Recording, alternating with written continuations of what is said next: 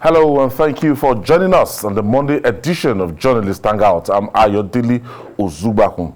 Today on the program, former military president General Ibrahim Babangida expresses concern over state of insecurity in Nigeria, says military needs modern weapons and training urgently.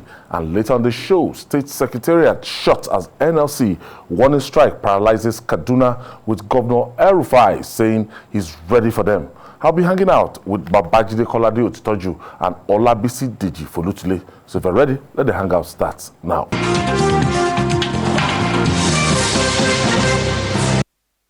Staying with us, we begin today's program with a rumor of fresh communal conflict between neighbors of Ile-Ife and Modakeke. The rumor has been dismissed as untrue.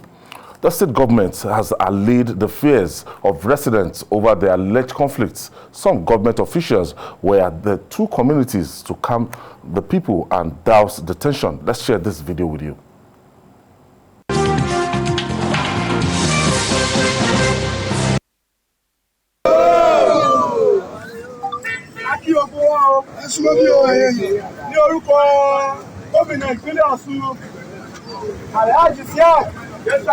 Gbóyèga Oyètọ́lá ní orúkọ ọba kábíyèsí ọba Moses Ajọ́gbàdí ní orúkọ ọba wa Onírìṣà bàbá wa Adéyẹyè ẹni ìtàn Gúúsì àwọn ní gómìnà gbé àwọn èèyàn dìde láti wá bá a sọ̀rọ̀. Láti wá àdírẹ́sì tó ní láti wá àdírẹ́sì tó ní wípé aguyẹ̀mẹ̀ tó ń lọ láàrin Ife àti Modakeke pé ọ̀rọ̀ tí ò lẹ́sẹ̀ ńlẹ̀ ni o, ọ̀rọ̀ tí ò ta ní ohun tó ṣẹlẹ̀ lálẹ́ àná, òun ṣe Ifẹ̀ ló wá yìnbọn Modakeke o, Modakeke ò dẹ̀ lọ́bẹ̀ lọ yìnbọn. Látàrí ìdílé yìí.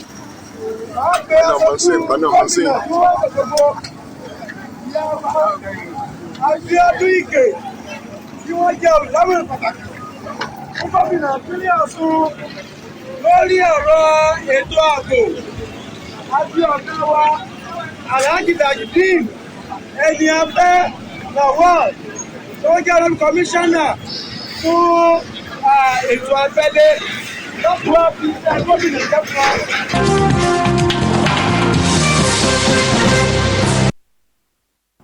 Now, also some youths in the communities are singing peaceful tunes, dismissing any cause for alarm between the two neighbors. Let's hear some of them.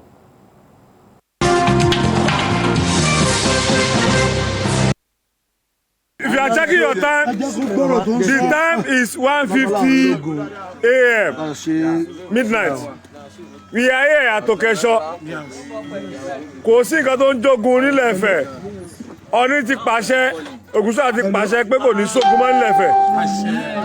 Níbi tá a wà lọ́wọ́lọ́wọ́ yìí, ọlọ́kà wà níbí báyìí, Àwíṣẹ́ wà níbí báyìí, Yaskafe wà níbí báyìí, Waska wà níbí báyìí. Alága ọ̀dọ́ wà níbí báyìí tí mo rákẹ́. Mighty Communal Oyèkúnlé Olúmídé. Ìnájọ́ wà níbí báyìí. Owólẹ̀ wà níbí báyìí. Efolo wà níbí báyìí. Ifẹ̀ Modakeke youth. One love ni o. One love.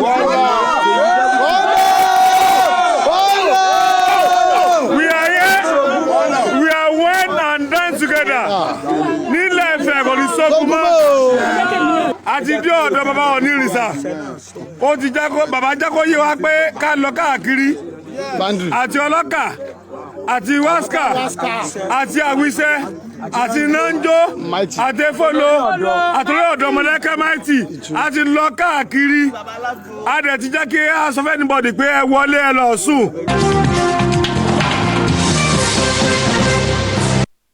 Babajide, I can say things are getting better because it wasn't funny during the first time of President Olusegun Obasanjo, when the last time this crisis,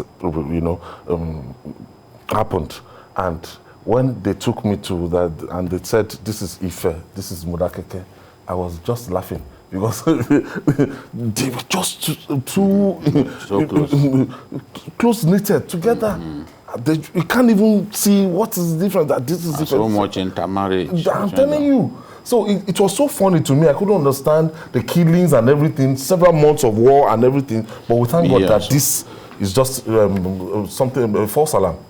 Oh, the thing is, we have to thank the Onerisha himself, the governor and his team for being proactive. Osun is one of the most peaceful states in the southwest and Nigeria as a whole. And one way in which they've been able to keep the state safe is this prompt response to emerging problems. So what actually happened was that a woman and her child were killed in a farm because the woman hailed originally from Modakeke. It was thought that maybe if people killed her. But anyone could be murdered. There could be a conflict between two persons that could lead to someone's murder. So they've had to now respond promptly to say, look, this has nothing to do with conflict between Ife and Modakeke, which President Obasanjo invested his time in looking for a solution. I remember Obasanjo talking about one day when they had a meeting. They started the meeting at 9 p.m. and it ended around 6:30. What will you be talking? They are talking peace, talking peace. As in from... I've seen politicians have meetings throughout the day. So the issue was looking for peace between the two communities, and thankfully the traditional rulers were all there. They stayed awake and they found a solution to it. So it's a good thing that they responded promptly this time to save us from an embarrassment. And Olabisi, thank God that this has not snowballed to the crisis we had in our hand in the, was it 2001 or 2000? It's early in the life of that administration. One thing that you can see clearly at work here is communication, which if we employ in other areas of our life in this country could bring good results in times of crisis or conflict. Dialogue. Yeah, because you can see that with the effective communication strategy employed by the state government and the traditional rulers, both communities have been made to understand what is going on. You see, I think there is a lot of lessons for us to learn from this particular situation, because whoever follows if a Modakeke crisis, we know that it used to be a very, very serious, bloody conflict. Very bloody. And I'm sure that people will have been afraid, you know, thinking of what could happen when that rumor started. But like Babangida said, it's a proactive step by the state government and the traditional rulers. And most importantly, the involvement of all the interest groups in both communities. And the youths. And the youths, yes, very important. You Very important. can hear them calling the names of everybody, different stakeholders. And you know, that is the beauty of communication. And the fact that they are able to go down to the grassroots and get everybody to understand that there is no war. Nobody is singing any war song. And we just thank God that this happened, because we don't even want to see any kind of bloody thing again in Nigeria. We are already in too much crisis. We don't want any of them. Yeah.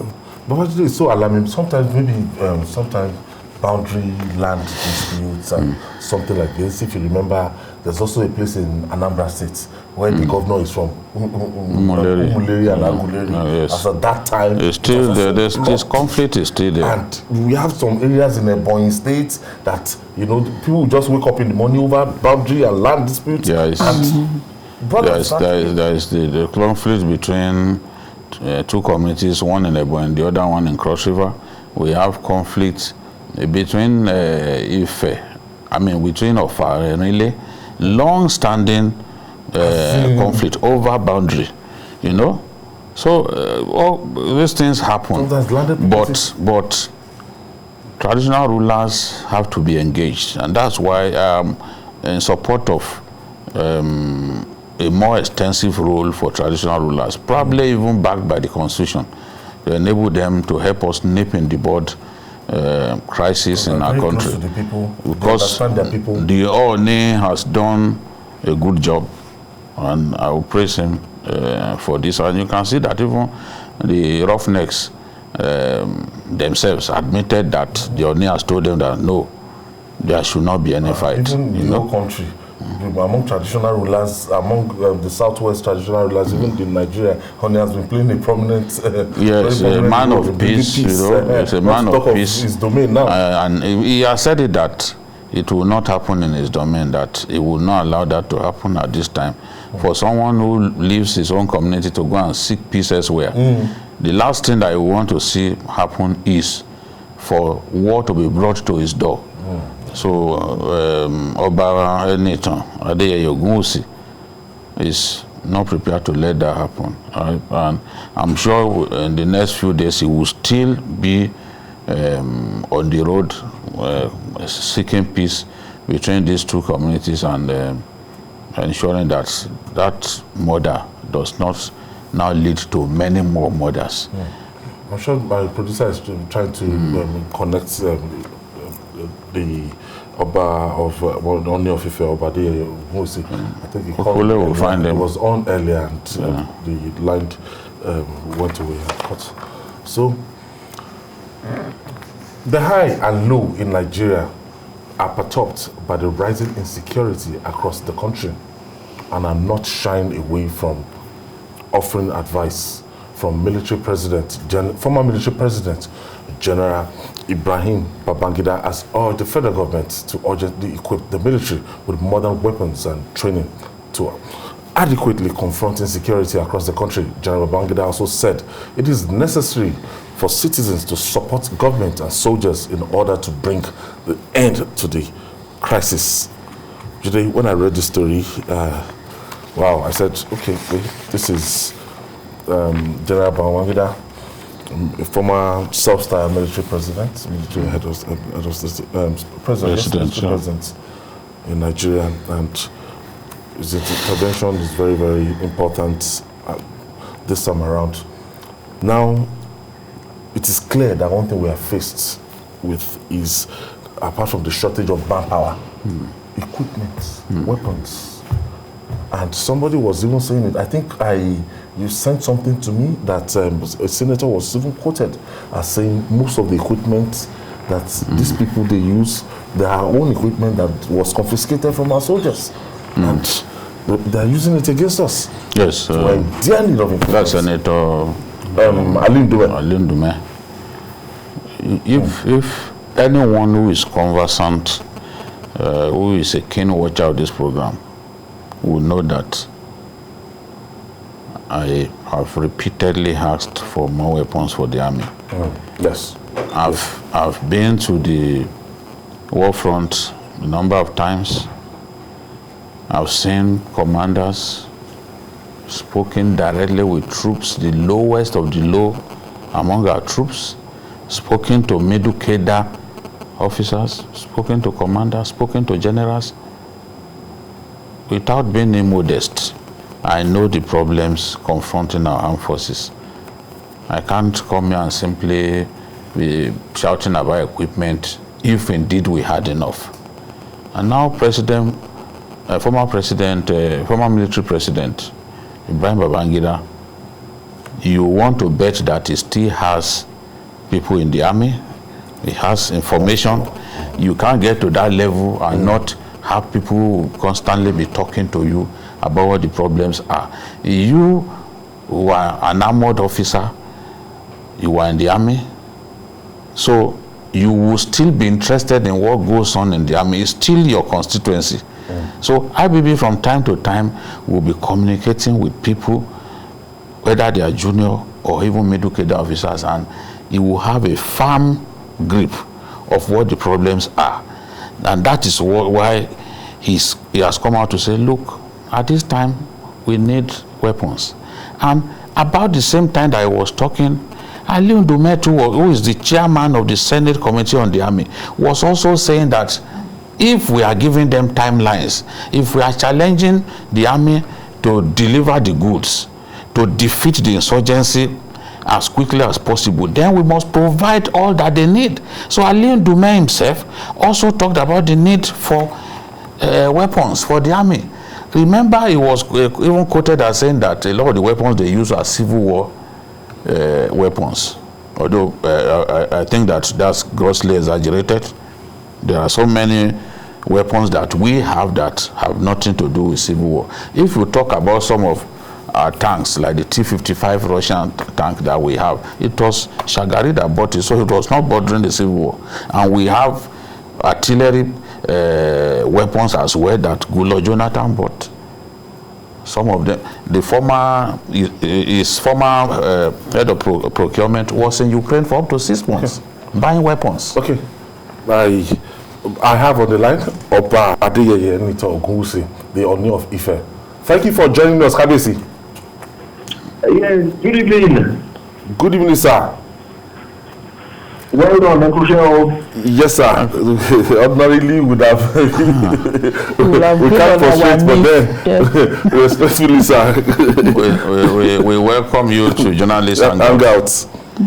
And we are aware of the steps that you are taking to prevent a violent combustion in your domain. Tell us, sir, a bit more about what you have done in the last 24 hours. Well, to the glory of God, we thank God Almighty for bringing that. It would have been a very ugly incident. Because we only know the beginning of war, nobody knows the end of war and dispute. And when you're not careful and tactical enough, whenever such a thing wants to occur, fear has about 60 to 70%. People will run helter-skelter in fear and anguish. If you don't take proactive steps, a leader, it can lead to something else. But the way of what we did yesterday night, we were able to calm everybody down. Something triggered this. Some assailants and I would just say hand robbers actually planned to use the tension that has been bringing within the two communities to capitalize on it. We started shooting sporadically, and everybody started running helter-skelter from the two communities, from Ife community and Modakeke community. The tension became so intense, and people at the borderline couldn't sleep in their various abode.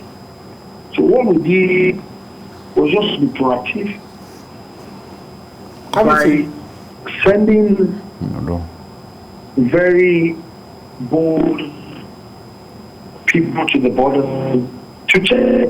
I realized that there was nothing like that, and that could have actually led to that animosity and fueling animosity. But we thank God that we were able to show the reality that it's very the audio quality is a fear that was created within the community.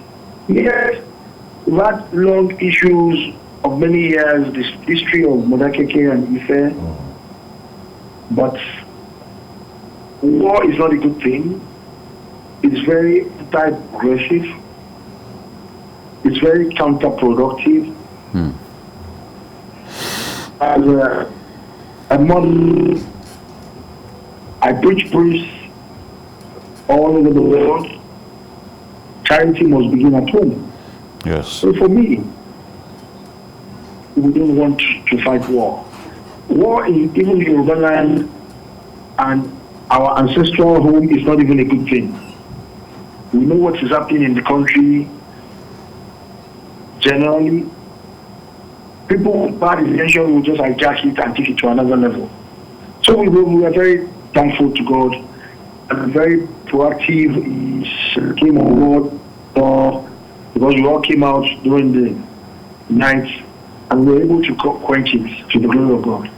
Now, what are you doing to bring a kind of defrosting relationship that has been between Ife and Modakeke over time for several years now, to make sure that this the two communities, there is a kind of cordial relationship in between them moving forward now? Well, the community we can bring on board is to bring us. Let the youth very engaged. Let the youth have things to do. It's a very important thing that is critical for our nation as a whole. Are you there? Youths. It's very important. We need to use the youth and let them know that they are secret in every community. When you get the youth engaged in different activities, encourage small and medium scale enterprises,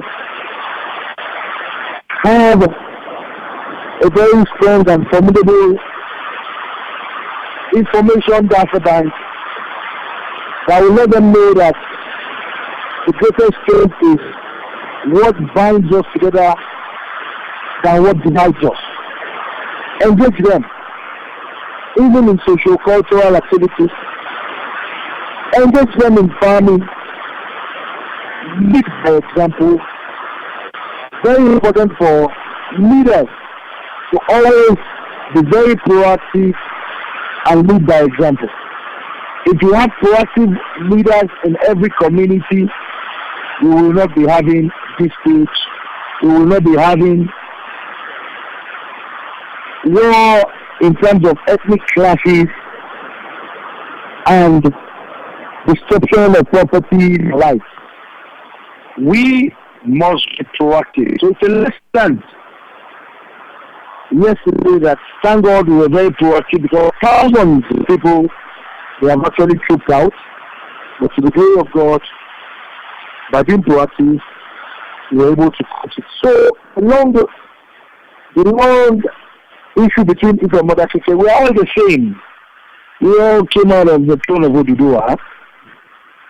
So it is going to be very unpleasant for us to continue to follow anymore. It's very important to engage it. Let them be busy. And that's what we're doing. Kabiyesi Oba Adeyeye Enitan Ogunwusi, I want to thank you for your time. Thank you very much. Saying engaging the youths in that area. Yes, we said it all. We said it all. And he's been trying to keep them busy in his domain, no doubt about it. All kinds of empowerment schemes being introduced by him. I hope that there will be lasting peace in that area. Nobody wants to hear of war between Ife and Modakeke anymore. So kudos to the Kabiyesi for the role that he has played, and may God bless him. All right, we'll take this breather. When we come back, we'll talk more. It's still Journalist Hangout. Stay with us.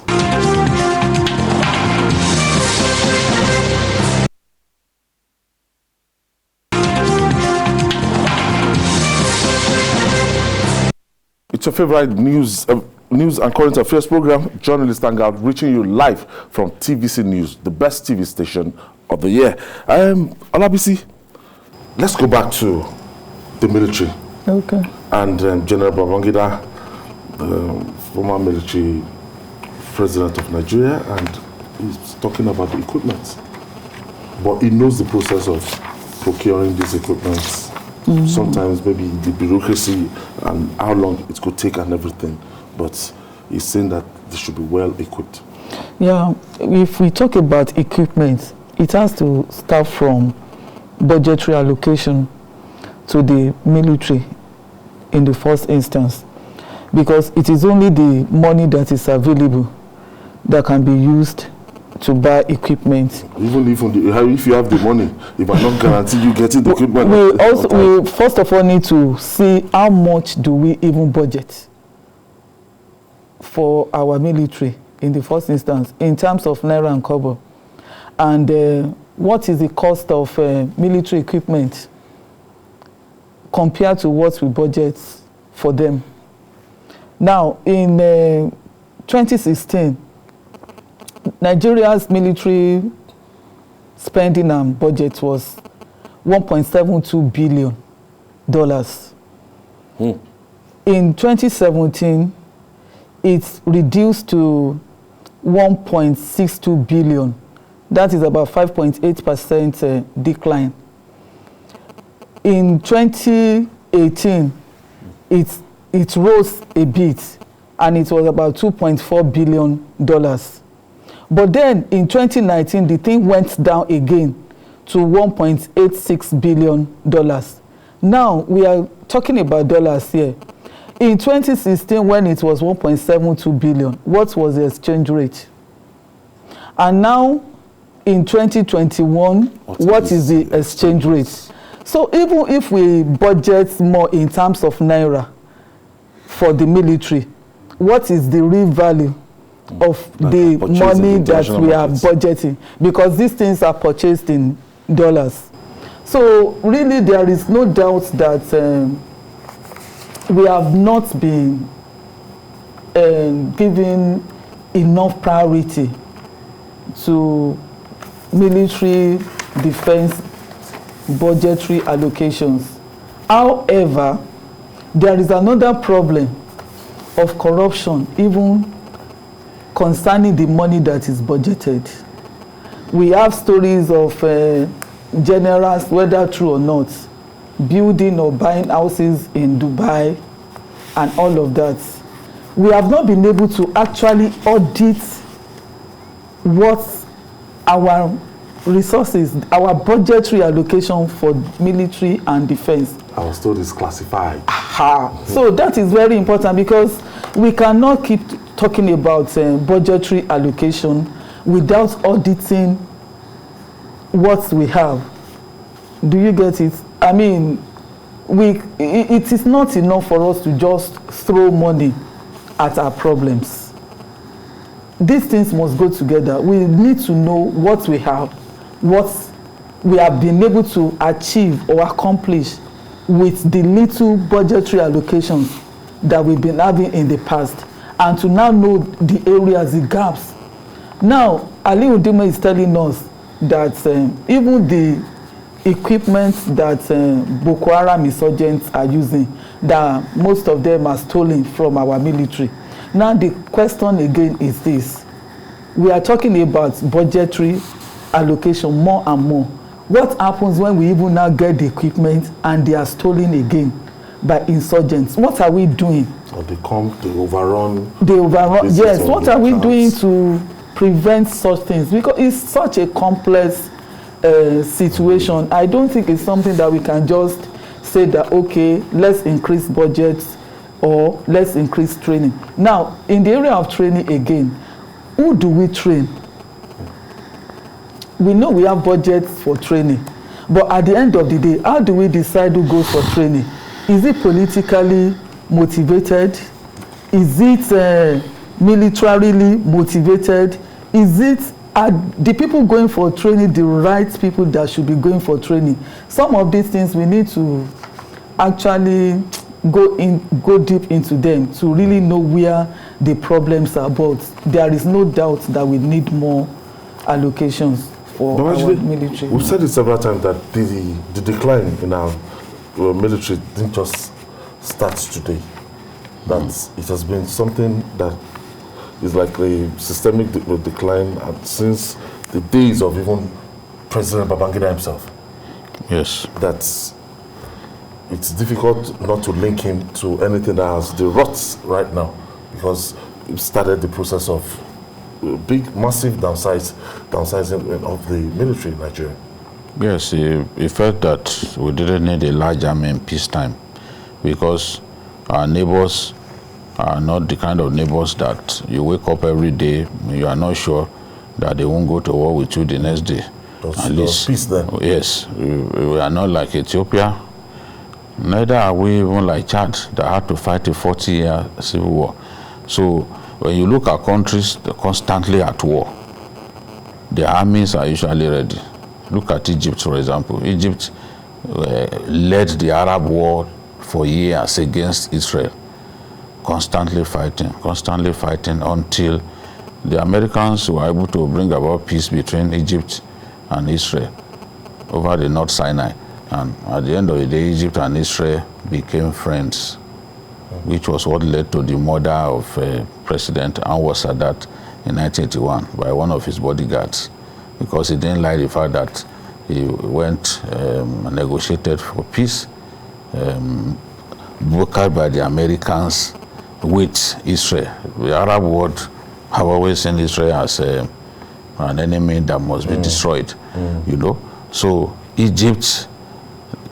Egyptian army is the strongest in Africa today in terms of equipment, in terms of capability.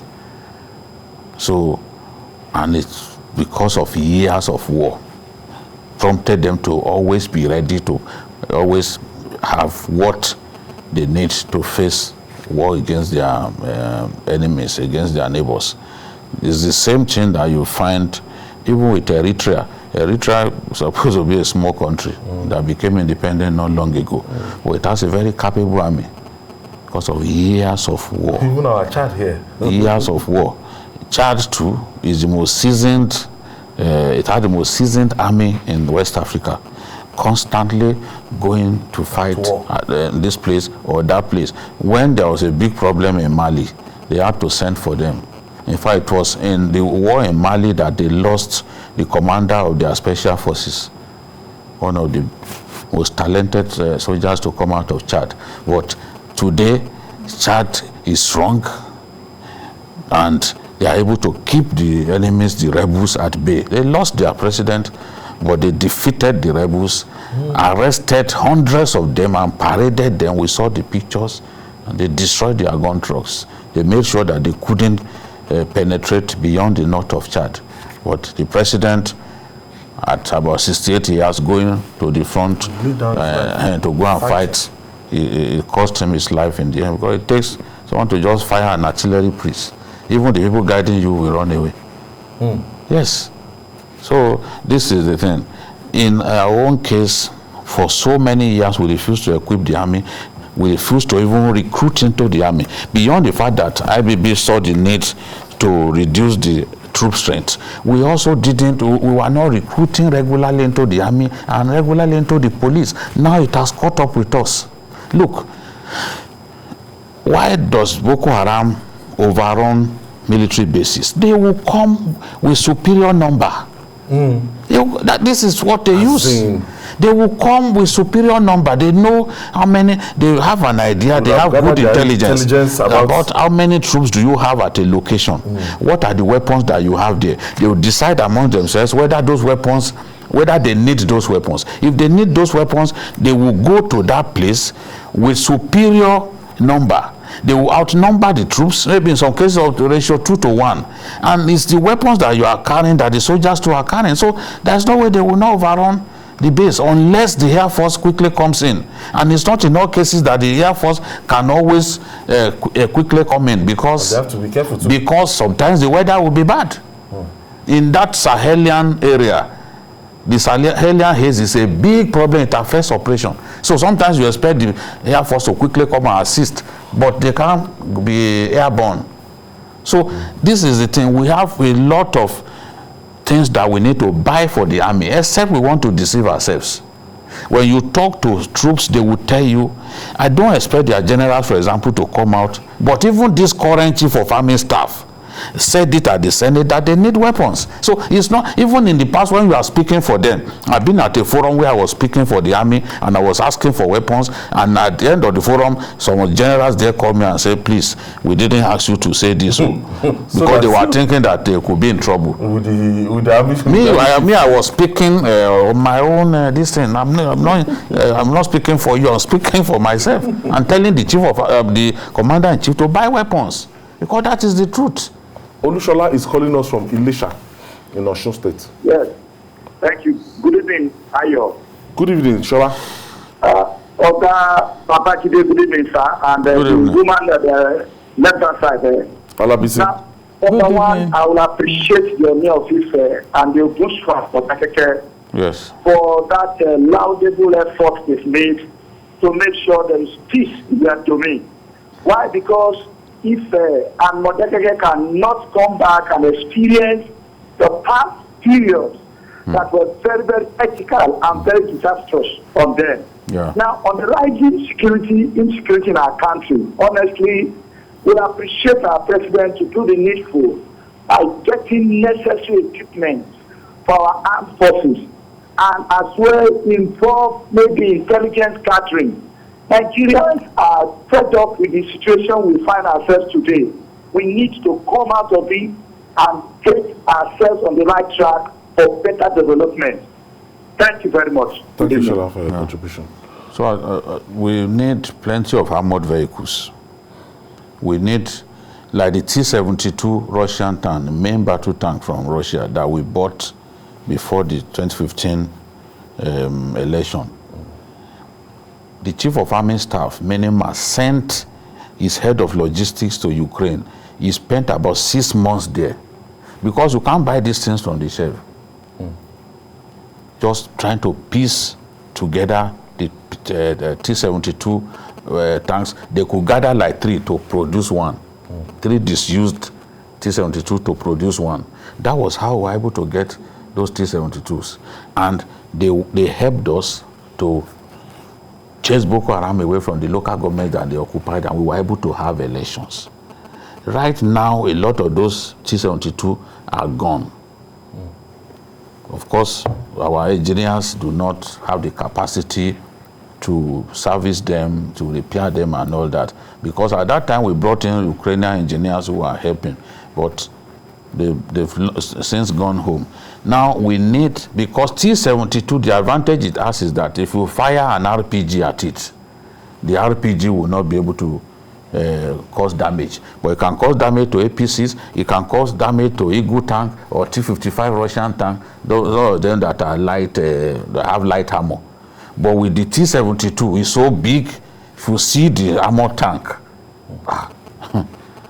so with it, at least you can survive a lot of the, attacks that some of our light armored vehicles are going through. We are using Hilux. We don't need Hilux. Hilux is not. It doesn't have thick armor. It's not. It's not what you call thick skin military vehicle. It will penetrate and kill people. Many of our soldiers are dying from IEDs. We need minesweepers. They should be able to tell the president what they need. We need more MRAPs. We need night vision goggles. Most of the time, Boko Haram comes to fight in the night, and they have night vision goggles. We need more night vision goggles so that when you are fighting at night, it looks like daytime. We need plenty of equipment for these guys. We cannot be deceiving ourselves that we have enough. Yes, there's still a lot of those equipment, but that one is down to the need for us to also solve the problem of inadequate manpower. We must go, that must go along with equipping the army. Okay, moving on now.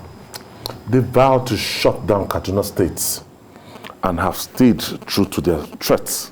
Organized labor has paralyzed activities in Kaduna as the 5-day warning strike directed by the Nigerian Labour Congress, NLC, takes effect.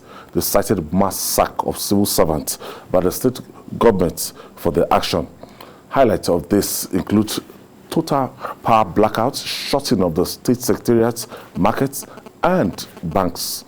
But Governor Nasiru El-Rufai looks unperturbed and said he's ready for them. This is Trust Governor Nasir El-Rufai.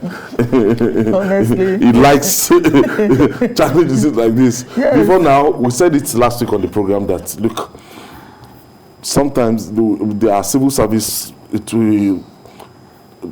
we need some state governors or the federal government to downsize or right size, whatever they call it. But a person like Nasir El-Rufai is saying that, look, the main objective of government should not be about paying salaries. There should be still things that we want to do to the larger society and everything. So it's like a catch-22 situation. Yeah. Now NLC is, on a warning strike, and Malam Nasir El-Rufai is saying, God forbid. It's actually a dicey situation. Okay, looking at it from the governor's perspective, how can 100,000 workforce actually hold a state to ransom, according to him? Because he said that in December 2020, for instance, the state got allocation of 4.83 billion naira from the federal allocation. Is it an accounts committee? Yes. Now, and that is out of that amount, he spent 4.66 billion naira as wages. Wow. Leaving a paltry sum of 162.9 million naira for the whole state. And in March 2021, he said after paying staff wages, it had just 321 million naira remaining for the entire state. So he's not saying, how do I build schools? How do I build hospitals? How do I take care of security challenges? And he's saying that he's even doing all of that from the internally generated revenue, which has improved tremendously. So really, how do you now? And it's saying that there are about 9 million other people in Kaduna State. So how do you now justify a situation where 100,000 people will hold the entire state? But then, looking at also the situation of things in the country right now, the concerns of these 100,000 people are also very important. Taking care.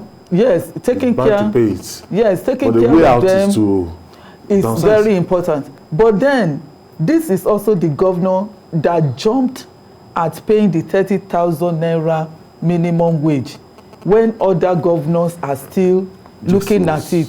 I think that before the governor decided to pay the 30,000 naira minimum wage, probably he ought to have looked at the implication on the resources of the state, which is making many state governments not to even pay the 30,000 minimum wage. But then, even if he doesn't do that too, Labour will still come for him. You get it? So it's a dicey situation, really. But I do not think that what the Labour is doing, because come to think of it, let's face it, an employer has the right to employ this number of people that he thinks he needs. And he's also saying that the number, from what happened from COVID-19 experience, it has been clear that apparently the civil service is overbloated. Bringing it home here, now I know in Lagos State, since the outbreak of COVID-19, most people from level 1 to level 7, they were asked to be working from home, and I think that is what Governor Nasir El-Rufai said in the last 1 year. People who have been working from home, especially the junior workers, and he's looking at the productivity that at the end of the day, the state is still running for those ones that decide to sit down at home, just collecting salary in the last 1 year, but not their fault. But this is a very difficult situation, Jide. Both NLC and El-Rufai, they have their points. Well, when they say people are working from home, it's not the same thing as they are simply lounging at home. A driver, what is it working from home? I don't know. It depends on the category of workers. That's why they level 1 to level 7. there will be some of them who will still be doing some things here and there. Okay. For example, a senior person does not come to work doesn't mean that it's not working. Yes. So you can't simply, people working from home, people don't have to be physically present at work to do their work. You are cleaning? No, we are not talking about cleaners, not cleaners alone. Okay. And of course, there will be civil servants who are also junior workers. They are not cleaners. They are working from home, but they are working. Okay.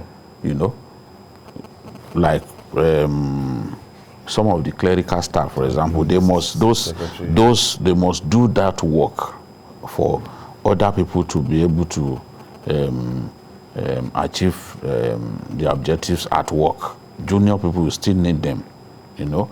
We can't say now that, oh, because of COVID, okay, let's bring only senior people back to work. It won't work.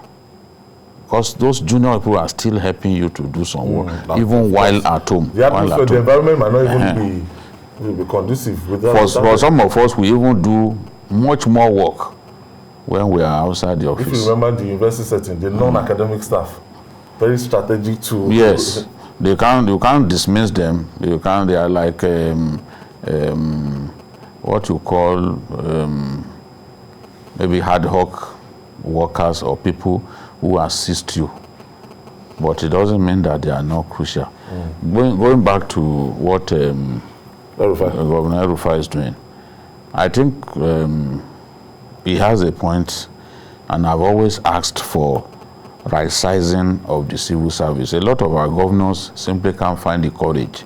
Not that they don't know that, look, this is killing the state, but they can't find the courage to take such big decisions. Olabisi read out just... Yes, even when you were saying that there is a significant improvement in Kaduna State IGR, the IGR is not that impressive. The IGR of Kaduna is what Lagos will get under 3 months. That's what they get in a whole year. Yes, what Lagos will get in under 3 months, they get in a whole year. So it's not that huge, you understand? But a state has to also, they have liabilities, they have indebtedness to banks that they have to clear. So it's not sensible to simply pay salary with all of what comes to you. There are some highly capital intensive things, like even refuse evacuation. If you ask Tunji Bello, you see that Lagos spends so much money on refuse evacuation. So much money. And that's the way it is with many states too. So Kaduna cannot simply... Refuse, training. Yes, and then security. Since Asiwaju trialed the idea of supporting the police with logistic support for police during this term, every other state in Nigeria has been doing it as a means of improving security in their states. The patrol vehicles and other things is still is government, is state governments that are buying.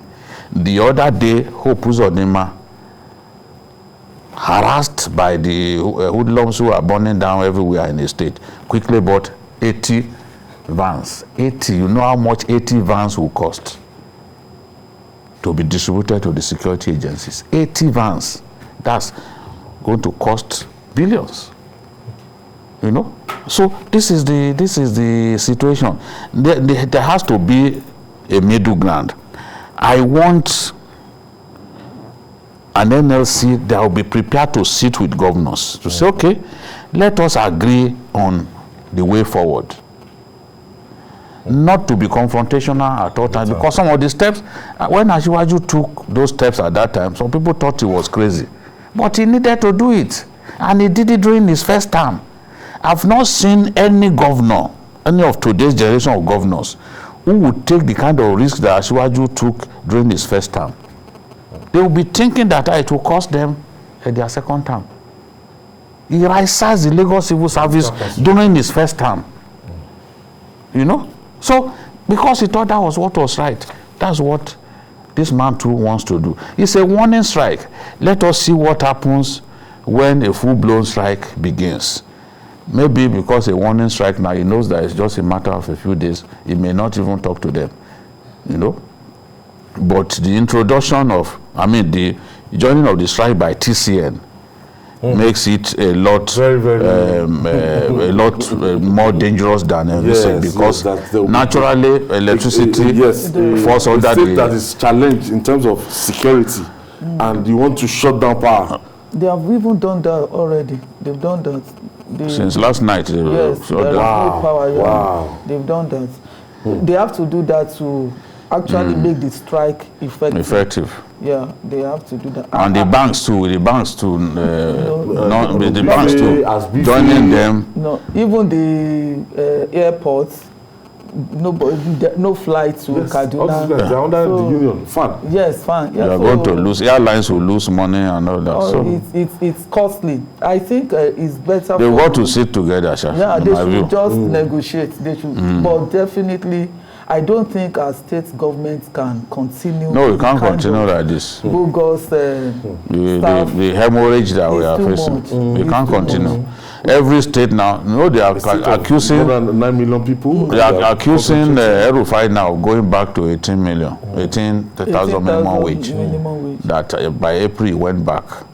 Maybe because he saw that these people they are ready for a fight, so he went back. He's not the only one. Most of the governors are not even prepared to pay the minimum wage. And the minimum wage is supposed to be a constitutional matter. Yes. So we are facing a real crisis. There has to be, in my view, it must end in a kind of negotiation between labor and state governments. Even federal government must come in at a point. You say, okay, this is because federal government is complaining, this is the number of staff that we need. We can only go with this. And then you negotiate. Say, okay, maybe you can add a little more. I also think that we have a wrong idea of the role of government vis-a-vis employment. In this part of the world, we see government as being providers of jobs. No. Government should create an enabling environment for employment, for businesses to thrive. Yes, but unfortunately, we see our government as they are there to give us jobs, and this is how many jobs can they even give? Yes, and this is also putting pressure on this government. We need to correct this. Governor Nasir El-Rufai. I don't want to preempt his actions. So NLC might have to go for the jugular. No, I can only appeal to them as a peace-loving Nigerian who also doesn't want him or the NLC to fail. I prefer to stay in the middle. Let them have a meeting, and the governor will tell them in clear terms that, look, I've tried my best. I've tried my best. This whole thing will collapse over my head if I do not do this. We need to do a right sizing. There are many people who do not deserve to be in the civil service who are there. Let us come up. We will have a criteria by which we can identify dead weight that we are down the number of people that intend to lay off. That's what I'm saying, dead weight. In every civil service, there will be dead weight. So you have no reason to carry dead weight. Let the dead weight go. And NLC should also be ready to dialogue along this line. We just can't continue like this. Otherwise, the time will come that even he Nasiru will not be able to pay salaries. And I was told that he's building roads, completing roads, doing a lot of things, other things, and you begin to look at if there is any occasion for downsizing, he should also be ready to pay the workers off. No, that is also very important. Yes. We shouldn't be talking about no money. Then there are people who do not deserve to be working. Remember, Oshomole exposed some of the blind teachers teaching people. Teachers that their own pupils passed exam that he set for them, and the teachers didn't pass. Yeah. So so some people should be allowed to go. All right, I want to thank you, Olabisi Deji. Thank you for your contribution, and the maestro himself, Babajide Kolade. Thank you for always being there. And that's our offering today. Join us tomorrow for another episode of the program. We're also on YouTube, youtube.com/TVC News Nigeria. I'm Ayodele Uzubaku. Bye for now, and God bless Nigeria.